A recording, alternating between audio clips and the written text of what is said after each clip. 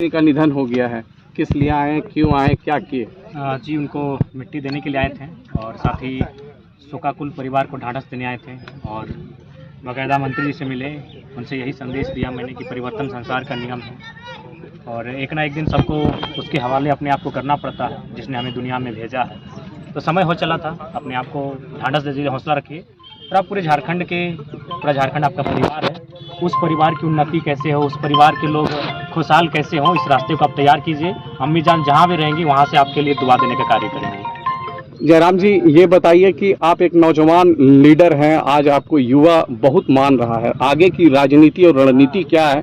MLA चुनाव में क्या उपस्थिति होगी आपकी पार्टी की? देखिए, 24 वर्षों का झारखंड हो चुका है, लेकिन आज भी देख सकते हैं हमारे हिस्से की नौकरियों को, चाहे आउटसोर्सिंग की बात कीजिए, टेंडर की बात कीजिए या प्राइवेट सेक्टर्स की बात कीजिए, कहीं भी झारखंड के लोग अगर खोजने जाएंगे तो नहीं मिलेंगे।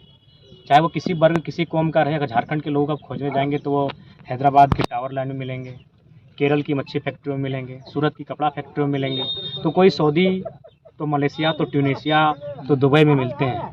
ये दुर्भाग्य का विषय है। 40% खनिज देने वाला झारखंड राज्य, 75 से 80 प्रकार के मिनरल्स देने वाला झारखंड राज्य, अकेले 27% कोयला देने वाला झारखंड राज्य, अगर आज इस प्रकार से पलायन और बेरोजगारी की मार झेलेगा तो कहीं ना कहीं एक सवाल खड़ा होता है कि राज्य किनके लिए बना था।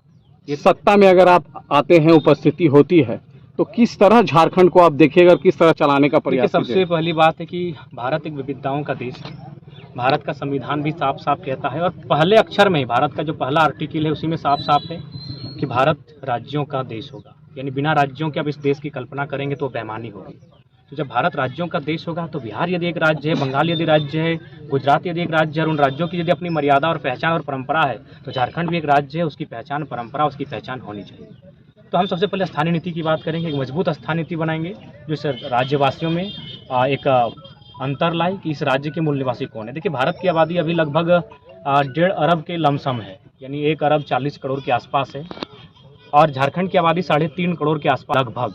हम 3.5 करोड़ झारखंड के लोग भारतीय हैं, लेकिन सारे भारतीय झारखंडी नहीं है। बस इतना सा फंडा को समझना है, सारे भारतीय झारखंडी नहीं है पर सारे झारखंडी भारतीय हैं। तो ठीक उसी प्रकार झारखंडी कौन है, इसकी पहचान है। एक स्टूडेंट से राजनीतिक सफर, क्या कष्ट लग रहा है कि कहाँ तक पहुँचने में दिक्कत तो अभी भी है। कल 3 बोतल पानी चढ़ाने का काम किए, सुबह से सीने में दर्द, वोमिटिंग इत्यादि कई समस्याओं का सामना किए और आज फिर आज तो आराम ही कर रहे थे, लेकिन पता चला कि मंत्री जी की माँ का देहांत हुआ है। तो बोला नहीं, चलिए, विचारधाराएं भिन्न हो सकती हैं, राजनीतिक रास्ते अलग हो सकते हैं, लेकिन वहाँ का रास्ता सबका एक है। मान्यता अलग हो सकती है, कोई अल्लाह, कोई खुदा, कोई भगवान, कोई ईश्वर, कोई गॉड, कोई प्रकृति, कोई बूढ़ा बाबा, मान्यता अलग हो सकती है, लेकिन रास्ता सबका एक है। तो हमने कहा कि ऐसी घड़ी में इंसान को अपनी आपसी विचारधाराओं को भूलकर कंधे से कंधे मिलाकर खड़ा होना चाहिए, लोगों के दुख में शरीक होना चाहिए। युवाओं को रोजगार मिले, उनको उनका अधिकार मिले, उसको लेकर आज के युवा को आप क्या मैसेज दीजिएगा? देखिए, उनको तो हम यही मैसेज देना चाहेंगे कि देखिए, आज अगर सबसे बड़ी जिम्मेवारी किसी की है तो राजनेताओं की है, जिनके हाथों में इस राज्य की बागडोर है, जिनके हाथों में इस राज्य की भविष्य का रोड मैप है। तो उनसे अगर आप संतुष्ट नहीं हैं और आपको लगता है कि वो आपके आशाओं के अनुरूप कार्य नहीं कर रहे हैं, तो उनको बदलना चाहिए। युवाओं के हाथों में कमान देनी चाहिए, युवाओं के हाथों में बागडोर देनी चाहिए, ताकि इस राज्य को उस राज्य में तब्दील किया जा सके जिस उद्देश्य के साथ हमारे महापुरुषों ने इस राज्य को अलग बनाया था। Thank you.